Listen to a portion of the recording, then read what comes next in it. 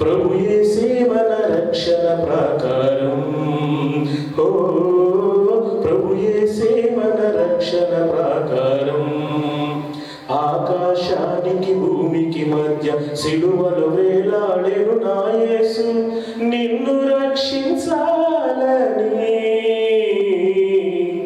ఆకాశానికి భూమికి మధ్య సిలువలో వేలాడెను నా యేసు నిన్ను రక్షించాలని.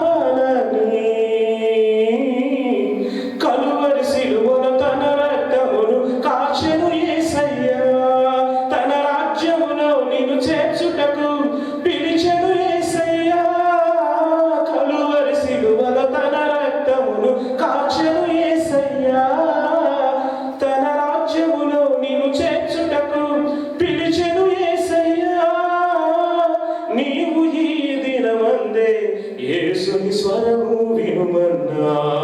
నీవు ఈ దినమందే యేసుని స్వరము వినుమన్నా. కొండ కోన లోయల్లోతుల్లో వినబడుతోన్నది నా యేసుని స్వరమే. తెలుసుకొనేస్తమా యేసే నిజ దైవం. ప్రభు యేసే మన రక్షణ ప్రాకారం. ఓ ప్రభు యేసే మన రక్షణ ప్రాకారం. కొండ కోన లోయల్లోతుల్లో.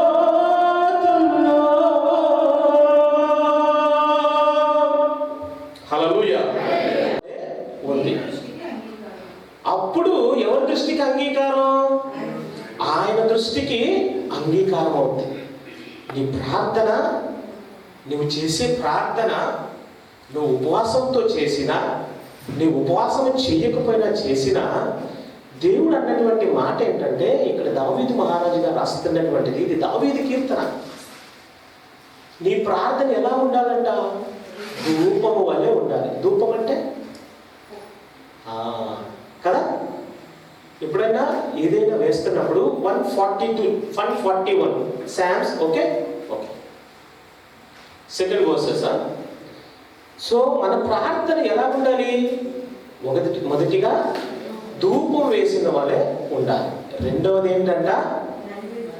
నైవేద్యం వలె ఉండాలి. అది ఎలాగ నైవేద్యము? ఆ సాయంకాలము నైవేద్యం ఎలాగ ఉండాలంట? నీవు చేతులెత్తి నువ్వు ప్రార్థన చేస్తున్నప్పుడు అది నైవేద్యం లాగా ఉండాలి. నీ మనసును నువ్వు సిద్ధపరచుకున్నావు, కరెక్టే. నీవు పరిచయంలాగా నువ్వు ప్రార్థన చేయట్లేదు, నువ్వు శుంకర్లాగానే ప్రార్థన చేస్తున్నావు. కానీ దేవునికి ఏది అంగీకారం? శుంకర్ది అంగీకారం అయింది. కానీ శుంకర్ చేసినటువంటి ప్రార్థన నువ్వు రోజు చేస్తున్నావా? కాదు కదా. నీ విజ్ఞాపన చేస్తున్నావు, నీ అక్కల కోసం చేస్తున్నావు, నీ మన్నల కోసం చేస్తున్నావు, నీ కృతజ్ఞత కోసం నువ్వు చేస్తున్నావు కదా. వివిధ రకాలుగా మనం ప్రార్థన చేస్తున్నావు. కానీ ఒకటే పద్ధతి. నిజంగా నువ్వు పరిశీలలాగా లేదు, నువ్వు మార్చుకున్నావు, నువ్వు శంకర్లాగానే ఉన్నావు. శంకర్ అన్నాడు, తగ్గించుకొని అన్నాడు ప్రార్థనలో, అయ్యా నన్ను కనిపించు, నేను పాపిని, ఎందుకు పనికిరానటువంటి వాడిని. కానీ మన యొక్క పద్ధతి ఎలా ఉండాలంటే నైవేద్యం వలె ఉండాలి. ధూపము వేసినట్టుగా మన ప్రార్థన ఉండాలి. ధూపం కొన్ని గుణలక్షణాలు ఏంటి? ఏదైనా ధూపం వేసినప్పుడు ఆ ధూపానికి ఉండే గుణలక్షణాలు ఏంటి? అది పైకి వెళ్ళిపోతుంది. సో మన ప్రార్థన కూడా అలాగా పైకి చేరేలాగా, దేవునికి చేరేలాగా ఉండాలి. మన ప్రార్థన దేవునికి చేరేలాగా ఉండాలి. మన ప్రార్థన దేవుడు పక్కన విడిచిపెట్టేలాగా మన ప్రార్థన ఉండకూడదు. అసలు ధూపం ఎందుకు వేస్తారంటే, ఆ ధూపము అచ్చ జటామాంసతో కలిపినటువంటి సాంబ్రాణి, ఈ సాంబ్రాణిని వారు ఒక తెరం ఉంటుంది. ఇది అతి పరిశుద్ధ స్థలం. ఓకే, దేవాలయంలో, వారి దేవాలయంలో, యూదుల దేవాలయంలో ఇది అతి పరిశుద్ధ స్థలం. ఇప్పుడు ఈ స్టాండ్ అక్కడ కింద ఉంటుంది. ఈ స్టాండ్ దగ్గర వాళ్ళు ధూపం వేయాలి. ఆ సాంబ్రాణిలో ఏది కలుపుకూడదు. అచ్చ జటామాంసం మాత్రమే కలపాలి. ఆ సాంబ్రాణి వేసినప్పుడు ఆ ధూపము కరెక్ట్గా ఆ వాసన ఉంటే ఆ వాసన ముందుకెళ్ళదు. వాసన చూడండి, అక్కడ ఉన్నటువంటి మందిరంలో ఆ వాసన, ఈ తెర ఉంది కదా, ఈ తెర వెనకకు వచ్చి ఇక్కడ ఇలాంటిది, ఇక్కడ మందసం ఉంటుంది లోపల. ఇది పరిశుద్ధ స్థలం, అది ఆవరణము, ఇది పరిశుద్ధ స్థలము, ఇది అతి పరిశుద్ధ స్థలము. ఇక్కడ ఆ యొక్క మందసానికి ఆ యొక్క ధూపం వచ్చి తగులుతున్నప్పుడు దేవుడు దాన్ని నిగ్రహించేందుకు ఆ యొక్క మందిరంలో అక్కడ ఒక రంధ్రం ఉంటుంది. ఆ రంధ్రము వెలుగు వస్తూ ఉంటుంది. ఆ వెలుగులో నుంచి ఆయన వచ్చి ఆ యొక్క ధూపము ద్వారా ఎప్పుడైతే మీరు బలి అర్పణ అర్పిస్తారో ఆ రక్త ప్రోక్షణ జరుగుతుందో ఆ వాసన పైకి వెళ్ళిపోతుంది. ఆయన దాన్ని తీసుకొని నిగ్రహిస్తాడు. హల్లెలూయా. అంటే ఏంటంటే మనము చేసేటువంటి ప్రార్థన ఈ ధూపము వలె ఉండాలి. ధూపానికి ఎన్ని గుణ లక్షణాలు అయితే ఉన్నాయో, ఆ సాంబ్రానికి ఏ గుణ లక్షణం అయితే కలిగి ఉందో, అచ్చ జటామాంసి కలిగినటువంటి ఆ యొక్క పదార్థానికి ఏ గుణలక్షణం అయితే కలిసి ఉందో, ఏ క్యారెక్టర్ అయితే ఉందో ఆ క్యారెక్టర్ ఉంటే తప్ప ఆ యొక్క దీపస్తంభములోన, ఆ ధూప స్తంభములోన పడేటువంటి ఆ సాంబ్రాన్ని అది ధూపంగా మారదు. మనం ఏ రీతిగా ప్రార్థన చేస్తున్నాం. రెండోది, నీవు చేతులెత్తుట అది సాయంకాల నైవేద్యం వల్ల. ప్రార్థన ఉదయం చేసావు, దేవునికి కృతజ్ఞత చెల్లించావు, కానీ నీ ప్రార్థనలోన సాయంకాల నైవేద్యం లాగానే ఉండాలి. ప్రతిరోజు మనం బలి అర్పించుట, గొర్రె పొట్టేలు, ఇదంతా మనకి అర్థమైంది. మన నైవేద్యం అంటే ఏంటి? అది కూడా సాయంకాల నైవేద్యం అంటే ఏంటి? మధ్యాహ్న కాల నైవేద్యం అంటే ఏంటి? కానీ ఇక్కడ అంటున్నాడు, ప్రత్యేకంగా నీ ప్రార్థన చేతులెత్తినప్పుడు సాయంకాల ధూపం వలె ఉండను అని అంటే, ఈ నైవేద్యం ఏమీ లేదు. లేవియాకాండము, సంఖ్యాకాండములోన ఇది గ్రెయిన్ ఆఫరింగ్ అన్నమాట. ఈ గ్రెయిన్ ఆఫరింగ్ సమాధాన బలిగా అర్పిస్తారు. సమాధాన బలి అంటే నువ్వు ఎప్పుడైనా అర్పించవచ్చు, ఎప్పుడైనా అర్పించవచ్చు. పాప పరిహారార్థ బలి నీవు సంవత్సరానికి ఒకసారే అర్పించాలి. అది బయట అర్పిస్తే దానిని తీసుకొని వచ్చి యాజకుడు లోపల అర్పిస్తాడు ఒక్కసారే. కానీ ఇదేంటంటే ఈ గ్రెయిన్ ఆఫరింగ్ నైవేద్యము ఎప్పుడైనా నువ్వు అర్పించవచ్చు. ఏంటంటే ఇది హిందువుల యొక్క నైవేద్యం కదంటే, యాక్చువల్గా యూదులదే ఈ నైవేద్యము అనేటువంటి వర్డ్ వాళ్ళు తీసుకెళ్ళిపోయారు, మన వాళ్ళు తీసుకొచ్చారు. కానీ యూదుల సాంప్రదాయంలో ఉండేటువంటి లేవియాకాండము భాగమే ఇప్పటికీ మన దేశంలో పాటిస్తున్నటువంటి పద్ధతి. నైవేద్యము అనంటే ఇది దేవునికి అర్పించేటువంటి పిండి పదార్థం. ఈ పిండి ఏంటంటే గోధుమ పిండిగా ఉండాలి. ఈ గోధుమ పిండి ఎలా ఉండాలి అంటే, ఎవరైతే సమాధాన బలి అర్పిస్తున్నారో వాళ్ళ ఇంట్లో వారే దంచాలని. దీన్ని దంచి దీన్ని పిండి చేసి ఆ పిండికి ఉప్పు, నీరు తప్ప ఇంకేం కలపకూడదు. నువ్వు రొట్టె తినేటప్పుడు నువ్వు ఏం కలుపుతావు అంటే అది పులుసుద్ది, రొట్టెకి పులుసుద్ది, తర్వాత నువ్వు దానికి తేనె కలుపుతావు. కానీ ఈ బలికి నువ్వేం చేయాలంటే కేవలం పిండే. ఎలాగైతే ఈ రోజు నీ రొట్టె తయారు చేయబడుతుందో దీంట్లోకి బెల్లం మాత్రం తప్ప ఏమి కలపరో, అలాగే అక్కడ ఉప్పు తప్ప ఇంకేమి కలపకూడదు దీనికి సాయంకాల నైవేద్యానికి. అంటే దీని అర్థం ఏంటంటే, నువ్వు చేసే ప్రార్థన ఇతరులకు కానీ లేదా దేవునికి కానీ నీకే కానీ ఏ నష్టం జరగకూడదు. దాంట్లో ఏది అందులోనికి నువ్వు కలపకూడదు. నీ ప్రార్థనలో ఏది కూడా నువ్వు కలపకూడదు. నీ ప్రార్థనలో అంటే ఏంటి? అది దేవునికి ఎప్పుడు ఇష్టమవుద్ది అని అంటే, నీ ప్రార్థన ఇతరులకు నచ్చే విధంగా కాదు, ఇతరులు పొగిడే విధంగా కాదు. నువ్వు మళ్ళీ ప్రార్థన చేసావు, అది కాదు కావాల్సింది. ఇతరులు మెచ్చుకునే రీతిగా కాదు. అంటే మళ్ళీ ఇతరుల్ని ఆయాసపరిచే రీతిగా ఉండాలా, ఇతరులు ఇబ్బంది పరిచే రీతిగా ఉండాలంటే కాదు. దేవుని దృష్టికి అంగీకారంగా ఉండేటువంటి ప్రార్థన కావాలి.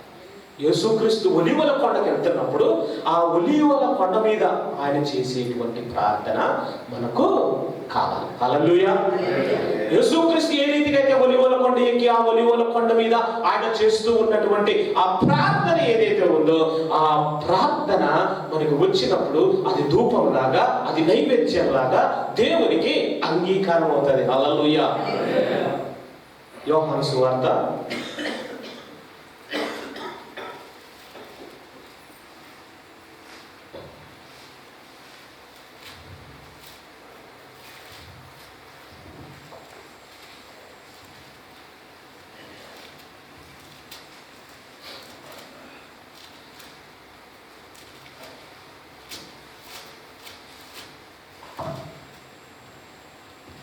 18వ అధ్యాయము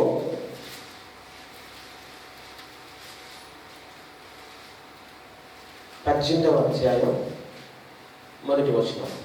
యేసు ఈ మాటలు చెప్పి తన శిష్యులతో కూడా కెద్రోను వాగు దాటిపోయాడు. హల్లెలూయా. యాక్చువల్గా ఇక్కడ ఆగుదాం కొంచెం. యేసుక్రీస్తు ప్రతిరోజు ఆయన ప్రార్థన చేసుకునే సమయం ఉంది, మనకు తెలుసు కదా. ప్రార్థన చేసుకుని ఎక్కడికి వెళ్తాడు? ఆయన ఒలీవల కొండకి వెళ్తాడు కదా. ఇది ఉదయాన ఆయన వెళ్తున్నటువంటి సందర్భం బాగా గమనించండి. యెరూషలేము అనేటువంటి కొండ, ఆ కొండ నుంచి దిగి ఇప్పుడు కెద్రోను వాగులో నుంచి ఆయన వెళ్ళాలి. ఈ కెద్రోను వాగు ఎక్కడుందంటే దేవాలయం ఏదైతే ఉందో ఆ దేవాలయానికి, ఈ దేవాలయం ఇదేమంది, దీనికి వెనుక బాగానే ఉంటుంది. ఎక్కడైతే బలి అర్పణ జరుగుతుందో ఆ బలి అర్పించేటువంటి రక్తం అంతా ఆ కెద్రోను వాగులో నుంచి వెళ్ళాలి. ఇది యాక్చువల్గా యెహోషాపాతు లోయ. ఈ లోయలో నుంచి ఈయన నడుచుకుంటూ ఈ వాగుని దాటి వెళ్ళాలి. అప్పుడు ప్రవహించేదంట వాగు, అది లోతుగా ఉండేదంట వాగు. మీరు గమనించండి, యేసుక్రీస్తు ఇప్పుడు ఆయన ప్రార్థన చేసేందుకు ఎక్కుతూ ఉన్నటువంటి కొండ కెద్రోను వాగులో నుంచి వెళ్తూ ఉండగా ఆయన తడిచాడా లేదా? తడుస్తూ శిష్యులను తడిపి ఈయన ఇప్పుడు ఎక్కడికి వెళ్ళాలి? అలాగే చలిగుడ్డలతో ఎలాగైతే ఉందో అలాగే పైకి వెళ్ళాలి. దీన్ని ఎవరు పాటిస్తారంటే స్వామి వాళ్ళ మాల వేసుకున్న వాళ్ళు పాటిస్తారు. అంటే ఇదే ఇప్పుడు ఇక్కడ రాసింది అదే. 2000 సంవత్సరాల క్రిందట యేసుక్రీస్తు కూడా ఇదే పాటిస్తాడు. అంటే ఆయన తడిచినటువంటి గుడ్డలతో వెళ్ళి అక్కడ ప్రార్థన చేసుకొని తిరిగి ఆయన గెత్సేమనే తోటకు వచ్చి ఆ తోటలో ఆయన కూర్చొని సేద తీర్చి వీరికి అందరికీ బోధ చేసేటువంటి వాడుగా ఉన్నాడు. మరి ఒలీవలకి ఎక్కినటువంటి ఆయన ఇక చివరిలో ఉండేటువంటి ఆ యొక్క ప్రార్థన మీరు గమనిస్తే ప్రతి ప్రార్థన ఇక్కడ రాయలేదు, కానీ చివరిలో ఉండేటువంటి ప్రార్థన ఏ ప్రార్థన అంటే ఇక ఆయన్ని ఇక పట్టుకునేందుకు వస్తున్నారు, ఇంక పట్టుకోవాలి ఆయన్ని. ఇప్పుడు ఏమంటారంటే, అయ్యా ఈ గిన్నె నా యొద్ద నుండి, కానీ అక్కడ అన్నమాట ఏంటంటే సాధ్యమైతే ఈ గిన్నె నా యొద్ద నుండి తొలగించు. ఈయనకి సాధ్యం కాదా? ఈయనకి సాధ్యమే, కానీ ఈయన అంటున్నాడు సాధ్యమైతే ఈ గిన్నె నా యొద్ద నుండి తొలగించు. అంటే ఈయన దేవుడైనప్పటికీ తండ్రికి మొరుపెట్టుకుంటూ ఆయన అంటున్నాడు, నీకు సాధ్యమా? నీకు సాధ్యమైతే ఈ గిన్నె నా యొద్ద నుంచి తొలగించు. అంటే ఈ కార్యం నీకు సాధ్యమా కాదా? అంటే యేసుక్రీస్తు కూడా అంత టెన్షన్లో ఉన్నాడు. రూపాంతర కొండకు వెళ్ళినప్పుడు ఆ రూపాంతర కొండ మీద ప్రార్థన చేస్తూ ఉన్నప్పుడు ఆయన రూపాంతరం కలిగి ఉంటుండగా అక్కడ మోషే, ఏలియాలు వాళ్ళు వచ్చి ఇతన్ని బలపరిచారు. ఇతనికి ఎవ్వరు లేరని కాదు, వాళ్ళు పరలోకం నుంచి దిగి ఈయన్ని బలపరిచారు. ఎప్పుడైతే ఈయన గెత్సేమనే తోటలో ఉంటున్నప్పుడు తన యొక్క చెమట అంతా కూడా రక్తంగా మారిపోయి అంత టెన్షన్లో ఆయన వచ్చినప్పుడు హిమెటా డ్రోసా అని కూడా అంటారు ఈ యొక్క మాట. అంటే ఆయన అంత టెన్షన్లో ఉన్నాడు. ఇప్పుడు ఇంక చివరిలో ఇంక వాళ్ళు వచ్చి పట్టుకునేటువంటి సందర్భంలో ఈయన అంటున్నాడు, సాధ్యమైతే. మన యొక్క ప్రార్థనలో కూడా అది అంగీకారం అయ్యేటువంటి మాటలు మనకు ఉన్నాయి. ప్రభువా నీకు సాధ్యం అవుతాయా? నీకు ఇది సాధ్యమైతేనైనా నాకు ఈ కార్యం చేసి పెట్టు తండ్రి. నీకు సాధ్యమైతే ప్రభువా ఈ కార్యం నా కోసం చేయను. ఆయన దావీదు కుమారుడా అని అన్నటువంటి వ్యక్తి ఆయనకు గుడ్డివానికి కళ్ళు తెరిపిస్తాడా లేదా? కానీ ఆయన ఇంకా ఇంకా ఇంకా కరుణించు, నన్ను కరుణించు అని ఆయన ఆప్ చేస్తున్నాడు. దావీదు కుమారుడని అన్నటువంటి ఆ వ్యక్తి ఎవరు? గుడ్డివాడు. అంటే ఆ గుడ్డివాడు ఆయన యొక్క కళ్ళు ఇంకా తెరవక ముందే ఆయన అంతర్యములో యేసుని నమ్మాడు, యేసుని చూశాడు. హల్లెలూయా. దావీదు కుమారుడు అన్నటువంటి ఆ మాటనే దేవునికి స్పందింపజేసింది. దేవుని స్పందింపచేసి అంతటి విశ్వాసం కొరకు ఆయన మళ్ళీ వెనక్కి వెళ్ళి నన్ను కరుణించుము అని అంటున్నావు కాబట్టి ఆ గుడ్డివాడిని ఏం చేశారంటే ఊరు తీసుకెళ్ళి ఆయన్ని ముట్టి తాకి బురద చల్లి బురద పూసి తన కళ్ళని రప్పించాడు. హల్లెలూయా. అలాగే ఒక కుష్టివాడు అంటున్నాడు, అయ్యా నీకు సాధ్యమైతే, మోకాల్లోని సాధ్యమైతే తండ్రి, నీకు ఇష్టమైతే తండ్రి, నీవు అనుకూలిస్తే ప్రభువా నన్ను ఈ యొక్క కుష్టి వ్యాధి నుంచి తొలగించు. మన ప్రార్థనలో ఉండాల్సినటువంటి ఆ యొక్క మొట్టమొదటి స్వభావం ఏంటంటే ప్రభువుకి ఇది అంగీకారమా కాదా? మన ప్రార్థన ప్రభువుకి అంగీకారమా కాదా? నువ్వు అడిగేటువంటి విజ్ఞాపన ప్రభుని ఫోర్స్ చేసి నువ్వు అడుగుతావా? మనం ఎలా చేస్తామంటే మనం డిమాండ్ పెట్టి చేస్తాం. మన డిమాండ్ ఉంటుంది మనకి. నువ్వు చేస్తావా చేయవా? మామూలుగా ఇక్కడేమో పద్ధతిగానే మాట్లాడతాం, కానీ హృదయంలో అలా ఉండదు. ఈయన చేస్తాడో లేడో చూద్దాం, ఈయన ఇస్తాడో లేడో చూద్దాం. అసలు ముందుకి దేవునికి అది అంగీకారమా? అసలు అది ఇష్టం కాదా? ఆయన చిత్తమేనా? అది నేను అనుకున్నాను, ఆ కార్యం దేవుని చిత్తమా కాదా? సరే, నాకు లాభం పడతాం, ఈ లాభం ద్వారా ఒకవేళ నేను అందులోనికి సాతాను యొక్క చిక్కులోనికి వెళ్ళిపోతానేమో అని ఎంతమంది మనం అనుకుంటున్నాం?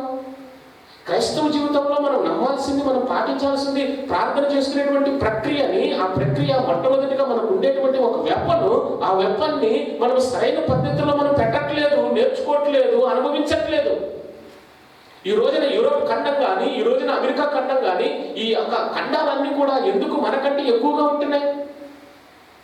మనకేమో విల్ పవర్ ఉంది, మైండ్ ఉంది, బుద్ధి ఉంది, వాళ్ళకి అంత లేదు. కానీ వాళ్ళే నంబర్ 1 ఎందుకున్నారు? పరిసయ్యులు, సుంకర్ లాంటి ప్రార్థనలు దేవునికి అంగీకారం అవ్వట్లా. నువ్వు చేతులెత్తి ఎప్పుడైనా ప్రార్థన చేసావా? నువ్వు చేతులు ఎత్తుట అంటే ఏంటంటే దేవుని దృష్టి, ఆయన పైన ఉండేటువంటి ఆ దృష్టి, నీకు సాధ్యమైతే తండ్రి అనేటువంటిది. మన చేతులు ఎంత పవిత్రమైనటువంటి తెలుసా? ఒకనొక రోజున వాళ్ళు ఐగుప్తు దేశంలో నుంచి వారు బయటకు వచ్చినప్పుడు మోషే యొక్క చేతులు ఎత్తినప్పుడు వారికి విజయం కలిగింది. హల్లెలూయా. అవునా కదా? చేతులు ఎత్తుతూ ఉండగా, దించుతూ ఉండగా ఏం జరుగుతుంది? దించినప్పుడు వేడుకోదన్నారు, ఎత్తినప్పుడు ఆ మాట చూడండి, నిర్గమకాండం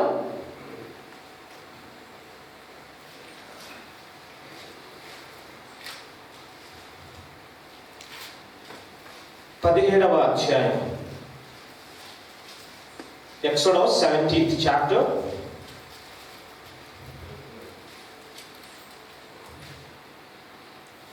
7th verse.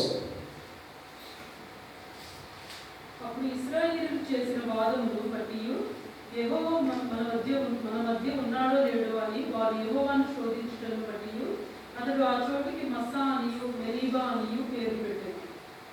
చదవండి. తర్వాత అమాలేకీయులు వచ్చి రెఫీదీములో ఇశ్రాయేలీయులతో యుద్ధము చేయగా మోషే యెహోషువతో మన కొరకు మనుషులను ఏర్పరిచి వారిని తీసుకొని బయలుపెట్టి అమాలేకీయులతో యుద్ధము చేయము. రేపు నేను దేవుని కర్రను చేత పట్టుకుని ఆ కొండ శిఖరం మీద నిలిచెదను.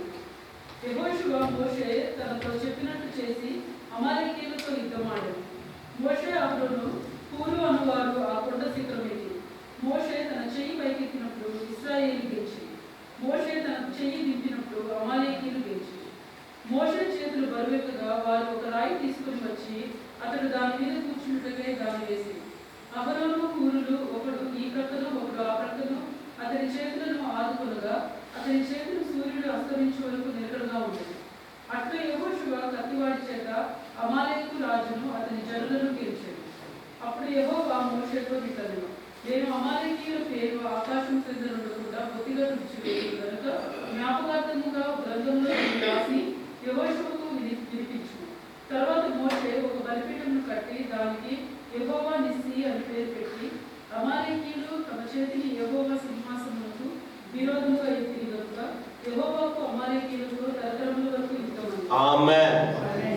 ఈ రోజు హమాస్, ఈ రోజు హెజ్బుల్లా, ఈరోజు లష్కర్ తాయిబా, ఈరోజు ఐసిస్, ఈరోజు అల్ ఖైదా, ఇవన్నీ కూడా ఎందుకు వాళ్ళ మీద చేస్తున్నాయి అంటే కారణం ఇదే. అమాలేకీయులు, మిథ్యానీయులు, వీళ్ళందరూ కూడా శత్రువులుగా అప్పటి తరంలో నుంచి ఉన్నటువంటి వారే. సిరియాలో ఉన్నది వీళ్ళే, ఇరాన్లో ఉన్నది వీళ్ళే. ఎక్కడ పట్టినా దేవుని యొక్క విరోధులు ఈ పరిశుద్ధ గ్రంథంలో ఉన్నటువంటి వారు. ఇంకొక విషయం చెప్పాలంటే ఈ కోవిడ్ దేశం కూడా పరిశుద్ధ గ్రంథంలో ఉండేటువంటి స్థలం. హల్లెలూయా. ప్రతి ఒక్క విరోధము ఈ పరిశుద్ధ గ్రంథంలో రాయబడింది. అమాలేకులు ఎందుకు విరోధులు అయ్యారు అంటే ఆ రోజున మోషే చేతులెత్తి దేవునికి విజ్ఞాపన చేయడం ద్వారా. హల్లెలూయా. వీరు ఇశ్రాయేలు వస్తూ ఉంటుండగా ఇంకా వారికి అప్పటికి ధర్మశాస్త్రం ఇవ్వాల. హోరేబు కొండకి రాలే. హోరేబు కొండకు ముందు, ఇంకొక 10 నిమిషాలు ముగిస్తాను. హోరేబు కొండకి ముందు ఉన్నటువంటి ఒక ప్రాంతము రెఫీదీమీల ప్రాంతం. ఇంకా ధర్మశాస్త్రం ఇవ్వాల అక్కడ. సో వీరికి ఏం జరుగుతుందంటే రెఫీదీమి దగ్గర వీళ్ళు తప్పికుంటున్నారు. వీళ్ళకి మన్నా ఇచ్చారు. మన్నా ఎలా పడితే అలా తిన్నారు. మన్నా తినాల్సిన పద్ధతిలో తినలా. ఇప్పుడు తిన్న తర్వాత వీరికి దాహం వేసింది.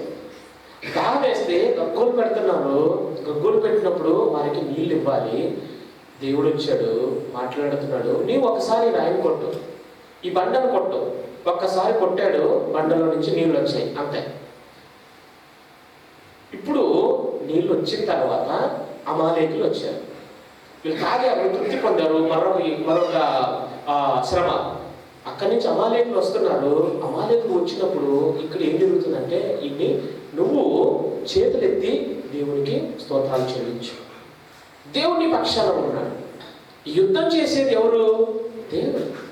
యుద్ధం చేసేది దేవుడు. మొట్టమొదటిగా వారికి నేర్పించిన పాఠం ఏంటంటే వారికి ఎప్పుడైతే ధర్మశాస్త్రాన్ని ఇస్తున్నాడో, ఈ యొక్క హోరేబు కొండ దగ్గరికి వీళ్ళు వచ్చి ఆజ్ఞలు ఇస్తున్నాడో, దేవుడు వారితో మాట్లాడుతున్నాడో, మోషేని కొండ మీదకి పిలిచి ఆయనకు ఆజ్ఞలు ఇస్తున్నాడో, దానికి ముందు నేర్పించిన పాఠం ఏంటంటే మీ యొక్క ప్రార్థన చేతులెత్తి దేవునికి మీరు ప్రార్థించాలి. హల్లెలూయా. వారి ముందు నడవాలి. ఏది నడవాలి అంటే ధ్వజము నడవాలి. ధ్వజం అంటే మీకు తెలుసు కదా, ఒక పోల్ ఉంటుంది. ఆ పోల్కి ఒక ఫ్లాగ్ ఉంటుంది. మనం ఎప్పుడైనా టీమ్స్ వెళ్తున్నప్పుడు, స్పోర్ట్స్ టీంలో వాళ్ళు వెళ్తున్నప్పుడు వాళ్ళకి ముందు ఒకరి లాగా పట్టుకొని దానికి ఫ్లాగ్ ఉంటుంది, జెండా ఉంటుంది. అది ధ్వజం. ఈ ధ్వజము ఆ రోజున మనకు వచ్చింది. ఈ ధ్వజం ఆ రోజున ధ్వజం వచ్చడానికి కారణం, ఈ రోజునికి ఆ ధ్వజాన్ని ఫాలో అవుతున్నారంటే వీళ్ళు పెట్టిందే అది. ఈ ప్రపంచంలో, ఈ లోకంలో ఇశ్రాయేలులు ఏదైతే ఇన్వైట్ చేశారో, ఏదైతే వాళ్ళు డిస్కవరీ చేశారో అదే మనం తీసుకున్నాం. పిన్యూస్ నుంచి రాకెట్ దాకా. హల్లెలూయా. నోబెల్ ప్రైజులు 99% అందరూ వాళ్ళకే, 1% బయట వాళ్ళకి. ఎందుకంటే దేవుడు వారిని ఆశీర్వదించాడు. ఏది ప్రారంభించినా వారి ద్వారానే ప్రారంభించబడింది. ఇక్కడ వారికి నేర్పిస్తున్న పాఠం ఏంటంటే మీ ప్రార్థన చేతులెత్తి దేవునికి నైవేద్యంలాగా ఉండాలా. ఇప్పుడు ఈ ప్రార్థన ఎలా చేస్తున్నాడు ఆయన? ఇది రకమైన ప్రార్థన. ఇది చేతులు ఎత్తినటువంటి ప్రార్థన. ఈ చేతులు ఎత్తినప్పుడు ఇటుపక్క ఎవరున్నారు? అహరోను ఉన్నాడు. ఇటుపక్క హూరు ఉన్నాడు. ఇటుపక్క ఏమో అహరోను. అహరోను ఏం చేశాడంటే ఆయన యాజకుడిని చేశాడు. ఇటుపక్క ఉన్నటువంటి హూరు మందసాన్ని ఎవరైతే తయారు చేశారో బెసీలేలో వాళ్ళ తాతయ్య అయిన హూరు. వారు అంత గొప్ప నాయకులు. ఎప్పుడైనా వారు పేరు పొందారా? హూరు అనే వ్యక్తి ఎక్కడైనా పేరుందా? హూరు గురించి మనకి ఎప్పుడైనా తెలుసుద్దా? బెసలేల్ గురించి తెలుసు, కానీ హూరు గురించి మనకి తెలుసా? తెలీదు. కానీ ఆ ప్రార్థనకి సహకరించాల్సింది ఒక వ్యక్తి ప్రార్థన చేస్తున్నాడంటే ఆ ప్రార్థనకి సహకరించాల్సింది సంఘం. ఆ భుజానికి తోడవలసింది ఒక విశ్వాసి, మరొక విశ్వాసి. అందుకని అన్నాడు, నువ్వు ఒక్కడవే ఉంటే నేను ఉంటానా అనలేదు. నీ గదిలోకి వెళ్ళి నువ్వు ప్రార్థన చేసుకో, కానీ ఎక్కడ 2-3 చేరి నా నామమున ప్రార్థన చేయదురో వారి మధ్యనే నేను ఉన్నాను. అంటే అదే సంఘం. ఈ సంఘంలో నీవు ఎప్పుడైతే చేతులెత్తి ప్రార్థన చేస్తావో ఆ ప్రార్థనకి భుజ బలం అవ్వాల్సింది మనమందరం కూడా. ఒక వ్యక్తి ప్రార్థన చేస్తున్నాడంటే ఆ ప్రార్థన దేవునికి దృష్టికి అంగీకారం అవ్వాలంటే మనం చేతులెత్తేటువంటి స్వభావంలో మనం ఆ చేతులకి భుజం వలె అది బరువుగా కాకుండా, అది దిగిపోకుండా, ఏ కార్యం కోసం అయితే మనం ప్రార్థన చేస్తున్నామో, ఏ కార్యమైతే మన పట్ల ఈ యొక్క సంఘాన్ని తిరిగి మనకి దేవుడు నడిపించాడో అట్టి అద్భుతాన్ని చేసినటువంటి దేవుని మనం వదులుతామా? వదలకూడదు. మనం అట్టి ఆశీర్వాదాలు పొందుకునేటువంటి వారు. అది నీ కుటుంబమైనా కావచ్చు, నీవు డ్యూటీ చేసే దగ్గరైనా కావచ్చు, నువ్వు ఏ స్థితిలో ఉంటున్నావో ఆ స్థితిలో దేవుడు నిన్ను ఆదుకునే రీతిగా ఉంటున్నాడు. అంటే ఆ ధ్వజం ఏంటంటే నీకు ముందుగా ఆయన కార్యాన్ని చేస్తాడు. హల్లెలూయా. నీకు ముందుగా ఆయన కార్యాన్ని చేసేవాడుగా ఉంటున్నాడు. అపోస్తలులు అందరూ కూడా బాధపడుతున్నారు, ఇబ్బంది పడుతున్నారు. అయ్యా మా పరిస్థితి ఏంటి ఇప్పుడు? నువ్వు వెళ్ళిపోతానంటావు. కొండ మీదకి వెళ్ళి కొండ మీద చెప్తున్నాడు ఆయన. ఈ కేద్రోను వాళ్ళు దాటారు, అందరూ చల్లగా ఉన్నారు. అప్పుడు చల్లటి సమయంలో, తీర సమయంలో వేడి వార్తను అందించాడు వాళ్ళకి. ఏ వార్త అంటే నేను వెళ్ళిపోతున్నాను. ఎలా ఉంటుంది? 3.5 సంవత్సరాల్లో వారిని అందరిని ఆదరించాడు, వెంట పెట్టుకుని తిరిగాడు. వాళ్ళు తెలియనటువంటి ఆ దృష్టిలో వాళ్ళు ఉంటున్నప్పుడు వాళ్ళకి అన్ని స్వస్థతలన్నీ అనుగ్రహించి ఇంత భయంకరమైనటువంటి బ్రహ్మాండమైనటువంటి ఆ కార్యాలను చేసినప్పుడు ఆయన తటిక్కిని ఏమంటాడంటే నేను వెళ్ళిపోతున్నాను. ఎలా ఉంటుంది వాళ్ళకు? ఎలా ఉంటుంది? మీ విజయభాస్కర్ గారు తటిక్కి నేను వెళ్ళిపోతానంటే మీకు ఎలా ఉండేది? నేను సంవత్సరం రాలా అంటే ఆ పెయిన్ ఎగ్జాంపుల్ నేను చెప్తున్నా. ఆ పెయిన్ ఎలా ఉంటుంది? అంతకంటే భయంకరమైనటువంటి పెయిన్లో ఆయన అన్నాడు, నీకు ఒక ఆదరణకర్త నేను పంపిస్తాను. ఆ ఆదరణకర్త మీ కొరకు ఆయన సహాయం చేస్తాడు. అదే యోహాను సువార్త 14వ అధ్యాయం. ముగిస్తున్నానే.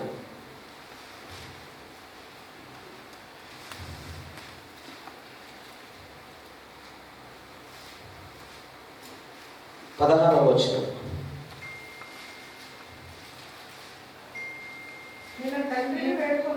నేను తండ్రిని వేడుకొందును మీ యొద్ద ఎల్లప్పుడూ నుండుటకై ఆయన వేరొక ఆదరణకర్త అనగా సత్య స్వరూపియగు ఆత్మను మీకు అనుగ్రహిస్తున్నాను. ఈ 15, 14, 15, 16 అధ్యాయంలో ఆయన అంటున్నాడు, సత్య స్వరూపైన ఆత్మ వచ్చినప్పుడు మిమ్మల్ని సర్వసత్యంలోనికి నడిపించును.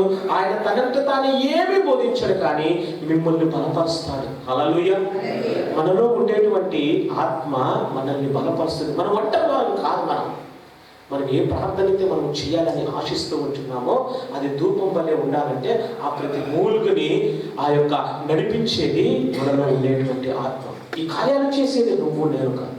అందుకే పరిశుద్ధాత్మ ప్రేరేపణ కలిగిన వాళ్ళు బాధపడుతూ ఇబ్బంది పడుతూ ఉన్నటువంటి సందర్భంలో నేను వెళ్తున్నాను, శరీరం నాకు లేదు ఇప్పుడు, కానీ నా ఆత్మ మీ మధ్యన ఉంటుంది.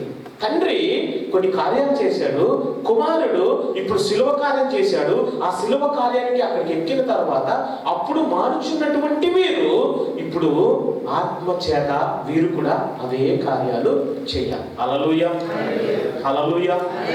ఎలాగైతే ఆ పిండి ఏది కలపకుండా నైవేద్యాన్ని ఆ యొక్క బలి అర్పణగా సమాధాన బలిగా అర్పిస్తారో అలాంటి ప్రార్థన మనం అందరం కూడా నేర్చుకున్నాం.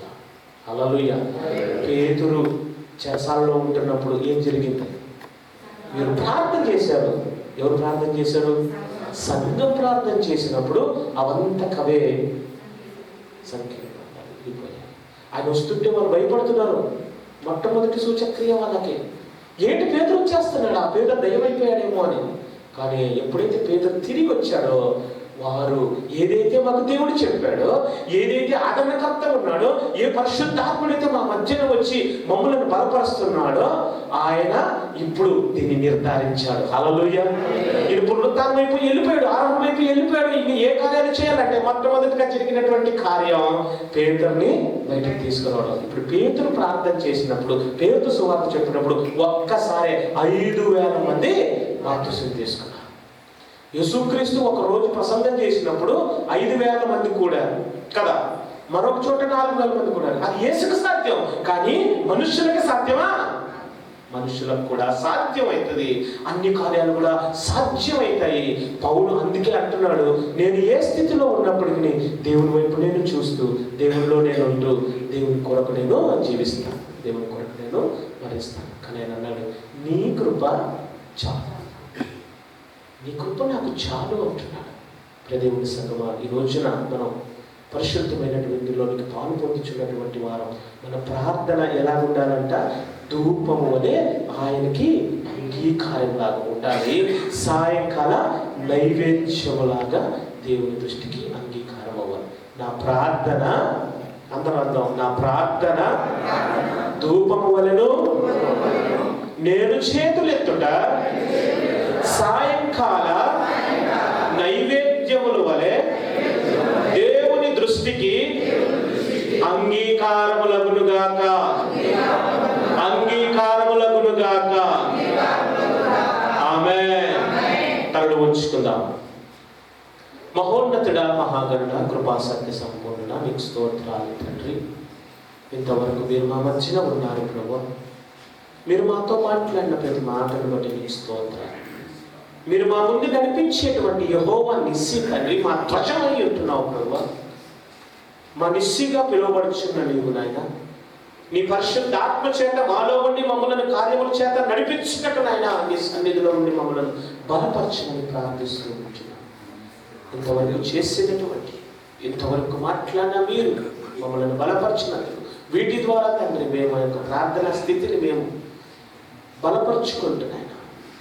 మమ్మల్ని ఆత్మీయతను నడిపించినందుకు, మీ బిడ్డల్ని మమ్మల్ని అందరినీ కూడా నీ సన్నిధిలో ఆశీర్వదించమని యేసు నామమున అడుగుచున్నాము తండ్రి.